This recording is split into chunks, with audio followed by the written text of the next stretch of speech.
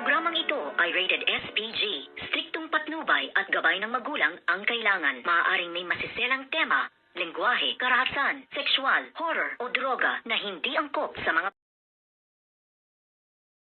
kachikas, and welcome sa aking munting channel. Galit na galit nga itong si Vinis at sinisisi nga niya itong si Tata na kung hindi nga daw dahil sa magkamukha sila ay hindi sana masisira ang kanyang mukha, at ngayon nga ay nag-iba siya ng mukha dahil nga daw sa kasalanan nitong si Tata na ngayon ay siya ang nasabuyan ng mukha sa asido at wala ngang kaalam-alam itong ngang si Vinis na ang kanyang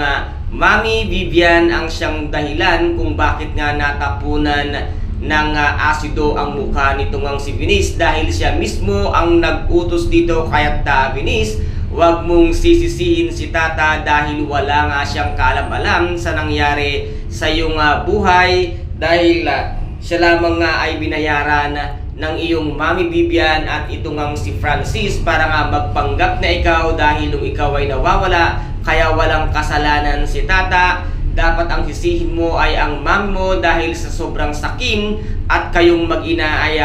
gahaman sa yaman ng mga palma, kaya't ngayon ay wala na kayong mahihita dahil matatagpuan na nitong ang si Gov ang kanyang tunay na anak, at ngayon ay pinapahanap nga ito, at ito ay walang iba kung hindi nga si Tata na siyang ikagugulap ng pamilya nitong ang si